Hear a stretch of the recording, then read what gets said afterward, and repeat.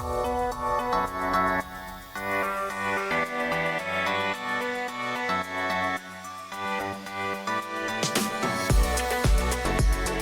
alrighty, welcome back to another episode of Generation to Generation, Bridging the Gap with Rex and Eva. And we are so excited to hang out with you guys tonight. And we are going to make this one quick because we have had a busy week. Yeah, it's been real busy. It has. I think it just keeps getting busier. Oh my gosh. And you are flying out tomorrow to go see one of your best friends. I am. I'm so excited. And also in school right now, it's called Death Month. Because every single week we have a major writing project to do for our thesis. And so every week I have somewhere between a 900 to 1,400 word paper that has to all be proofed and formatted and all of these things. And guess what? I haven't started on the 1,400 word one yet. And it is the heart of my argument. It is my argument. So I'm going to have some late nights coming up. I was going to say, you got some work to do while you are out on your trip this weekend. I do. Thankfully, my best friend has some work to do too. She's got a final draft of a paper and some calculus and all of these things. So we're going to go crash at a coffee shop for a couple hours and get some work done. Very cool. Yep. Well, I'm excited for you get to go see George. Yep.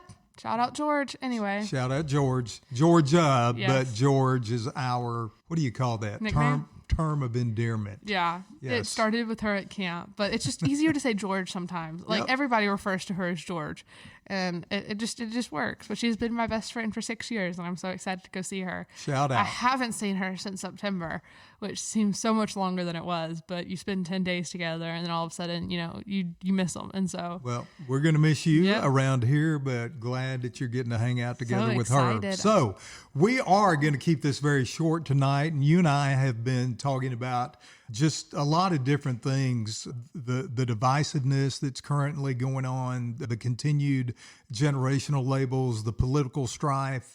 But I had something that happened today in one of the college classes that I teach. I did a 45-minute Q&A, and there were a lot of great questions today, but my favorite question of the day was, hey, if you could tell us one thing that you wish we knew at 20 years old, what would you tell us? So what would you tell younger generations? What is something you wish they knew? Yes, and we're talking about those that are in your age range to seniors in college. Yeah. So the 18 to 22 age group. Yep. So what would you say? Here was my answer. We all have perspective. But as you grow and develop and learn, your perspective is going to change significantly. And I use the example in doing it with my hands. All of us know your perspective as you age, it is going to grow linear. But it also grows, I've heard you say this, it becomes a big circle. It grows deeper. Yep. Okay, those are two kind of givens. You can figure that out on your own. Yep. But when you get to be my age and you got multiple careers behind you, some life experience behind you, you realize that your perspective not only grows linear and deeper, it grows what I call spatially. You said circular, but spatially. And what I mean by that is a multidimensional sphere where things that used to matter to you in terms of priority simply are not important anymore, or they're not as important.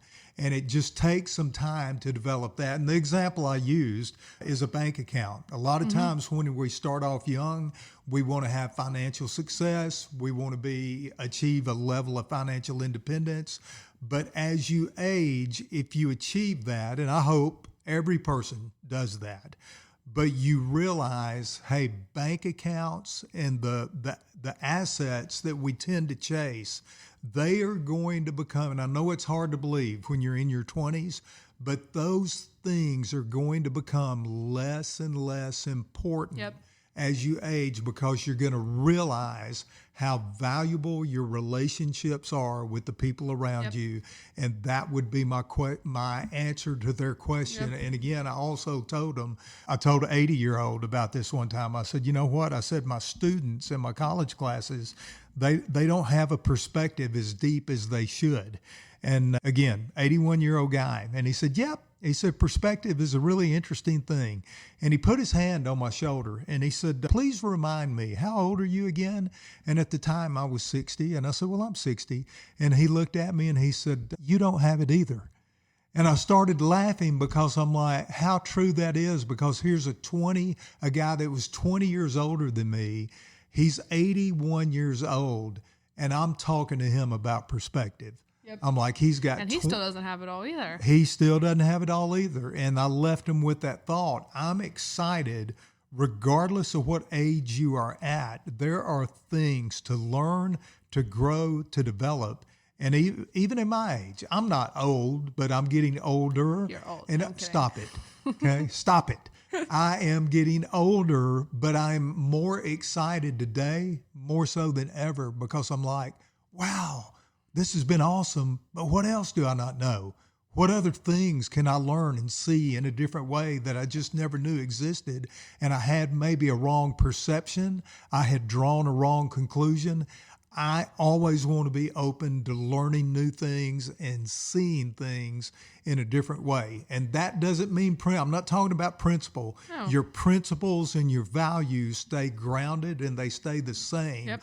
But there are simply things in life that you may miss because your perspective simply has not developed Because when you enough. think you got it all together, there's a new meme, there's a new book, there's a new movie that's shifting the culture, that's shifting the way people think, there's always something changing. There's a new idea, a new company, and before you think, if you think you have it all together, you don't. Precisely. Which I get. The more and more I learn about the past generations, the more and more there is to uncover. I may touch on the history side of it, but there's so much going on in the psychological side of it that we haven't even talked about, and different things. And then in the younger generations, I talk to some of these younger kids, and I'm like, I have no idea what you're talking about. And the way they view the world is so differently with just a 10-year age gap.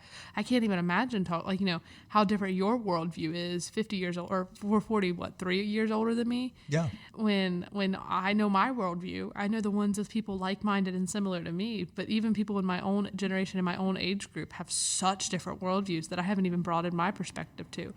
And sometimes it's easy to get caught in the, well, I'm right, you're wrong. And it's not true. It's not true. And so it's false narrative. Yeah, it's false narrative. And so with that, if someone were to ask you the question, Dad sitting in my seat, Yep. Hey, what is it about my generation and those of us that are older that you wish that we knew?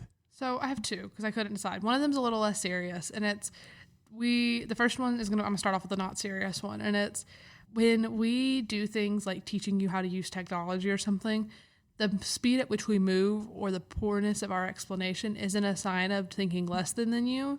It's purely because to us that's common sense. It's second nature because we've grown up with it, right? For instance, I have to explain sometimes to you or Mama where to go to do something in settings, and you're like, well, where am I going in settings? And I'm like, I don't know. I just know what button to click. I don't know what it says, but I know that that's what I'm looking for with it. And so I have to take the phone from you to find it sometimes because I don't know how to explain it to you. Because for me, that's just second nature to go to accessibility, to change something random or things like that. And so we do a poor job of explaining the rapidly changing things if it's been something we've had with us for such a long time. And I think the same can be said for the older generations. I think they have a harder time explaining why they do what it is, and so they often default to just saying, well, that's the way it's always been. It hasn't, because that's not how it is right now in my world. But we want to know why you do it that way. So having patience with the poorness of the explanation, and rather than getting frustrated, asking the questions, well, why did you click that button? Oh, well, because this is where all things related to sound and light and just accessibility things are. That's where you go for it. And if you're not sure, you can search it or whatever. Same thing with us. When we ask you a question, don't get frustrated that we don't know how to do it and complain about the schools not teaching it. Just explain it. And if they have questions, it's not, a sign of their lack of intelligence. It's just not the world they live in. And so it's all about just putting yourself in their world, because y'all handle things so much better than we do when it comes to stress. I feel like my generation, while it's getting better, we can also turn stress into a dangerous thing. And so I think it's just having the time and patience to explain something and not immediately getting frustrated. So my second point is, which bridges kind of perfectly, is coming into everything we're doing and how our worldviews are, not immediately thinking you're right. which is just a simple way of saying is the world's changed. Like you said, they're changing rapidly. Your perspective is not linear. It's not vertical. It's spherical, and it's spinning slowly some days, and then the next time you can't keep up with it. And with my generation, things change, right? Our humor, and rather than looking at us like we're not smart enough, we're lost, like how we talked about with language, right? The way my generation views language.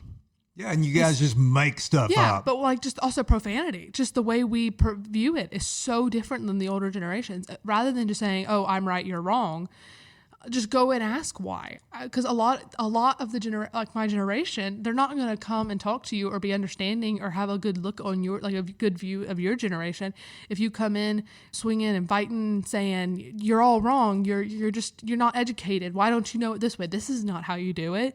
And if you take the time to say, okay, why do you believe that, abortion is right or wrong? Or why did you vote for this? Or why do you watch that show? Or why do you listen to this music? Rather than just coming in and saying, that's wrong. Why'd you do that? Or you don't know what you're thinking. You're young. You haven't lived in the world long enough to do this. Coming in and just having that open-mindedness, right? And then, because it's like they say with Christianity, somebody's never going to, like, no one's going to ever want to hear about Christianity if they're not ready to hear about it, even if they don't know it.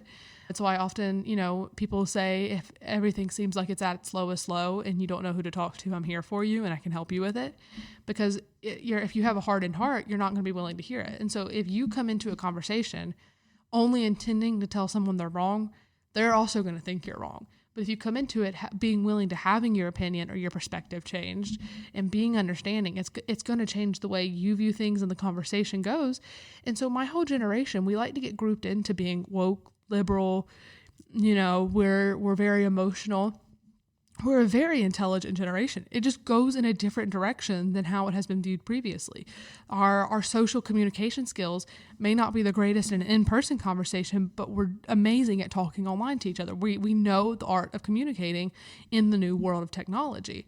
And so it's like I said, rather like it's just coming into conversations with an open mind. So the too long didn't read of what I was trying to say for both of them is just having patience with those you're talking to, because yes, there was a way you did it, but that world doesn't always exist in the same focus that it does now. The way the world was lived 20 years ago is very different than how people live in it now. Even the older generations, you have a cell phone, right? That wasn't something you had 20 years ago. And so you're adapting, even if you want to say, well, I still keep the traditional ways, but the adaptation to the advancement of progress, you are moving forward, but you can't just pick and choose too. You have to, while values, like you said, stay the same, you have to have your perspective changed, and you just have to be more accepting.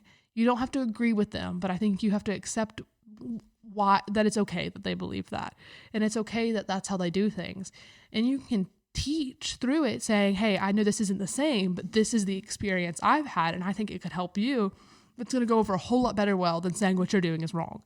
And so it's just having a nicer approach to things. I wish the older generations didn't just see us as unable to do things and incapable, and, saw what we were good at and said, okay, I see you're really good at this. Well, this is honestly really similar to the way we did this, and here's how it affected everything. And so that's what I would say is just being more open-minded. I love that. And, as you were talking, I was just thinking, this goes both ways. I think all of us would like for our conversations to be a little bit less combative. You and I talk about it a lot. We already know there's a lot of dissension. There's a lot of division. Yep. There's a lot of discord. But in that, if I had to pick one word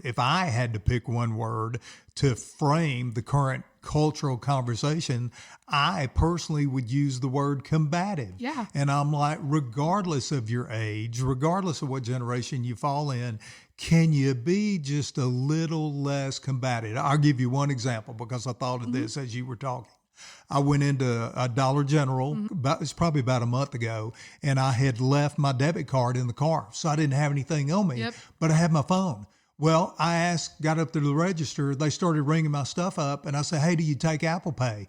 They said, yes. I'm like, that's all I need. But it was a younger person. They started telling me how to use it. I'm like, if I didn't know how to use it, I wouldn't have asked you, did you take Apple Pay? But you know what? In the moment, I thought, don't get offended. Well, like, they're no, just trying to it's help. something I need to work on because it frustrates me to no get out when Mama struggles putting Apple Pay on her phone. I'm like, well, you don't have to open the wallet app and all this. You can just double press your home. Yeah. She's like, don't tell me how to do it. I'm like, but there's so much better. She goes, I don't want to do it your way. And I get so frustrated. I'm like, why won't you learn? But she has a way of doing it. It may not be the most efficient, but it's how she does it. Same thing with like opening your camera, right? My generation, we just slide to the right or slide to the left on our home screen, like on our lock screen, and open the camera. But your generation opens the phone and types in the password and goes to the camera app. And I'm like, drives you nuts. It does. Same thing with the flashlight. Yeah. You like, instead of pressing the button next to your screen, I'm like, ah! And I just have to remember, no, they have a way of doing it. They've been around a lot longer than that. They have a process. And just because I don't necessarily agree with the speed of their process doesn't mean it's wrong. And to bring up another term that you and I brought up in one of our earlier episodes, I learned this at a summer camp that you and I went to. It was the first time I'd ever heard the phrase digital natives and digital immigrants. In this case of technology and especially phones, you are a digital native. Yeah, it's all you've ever known. I am a digital immigrant. I had to immigrate over to this new environment. And that's really the big takeaway from all of this. The environments are constantly changing, and we're going to have to learn, grow, develop, and we're going to have to really help each other without being so combative and I want with to each add other. one thing to you said about combative. We are, our generations are at war with each other about everything, right? There are no concessions. There's no talk to end it.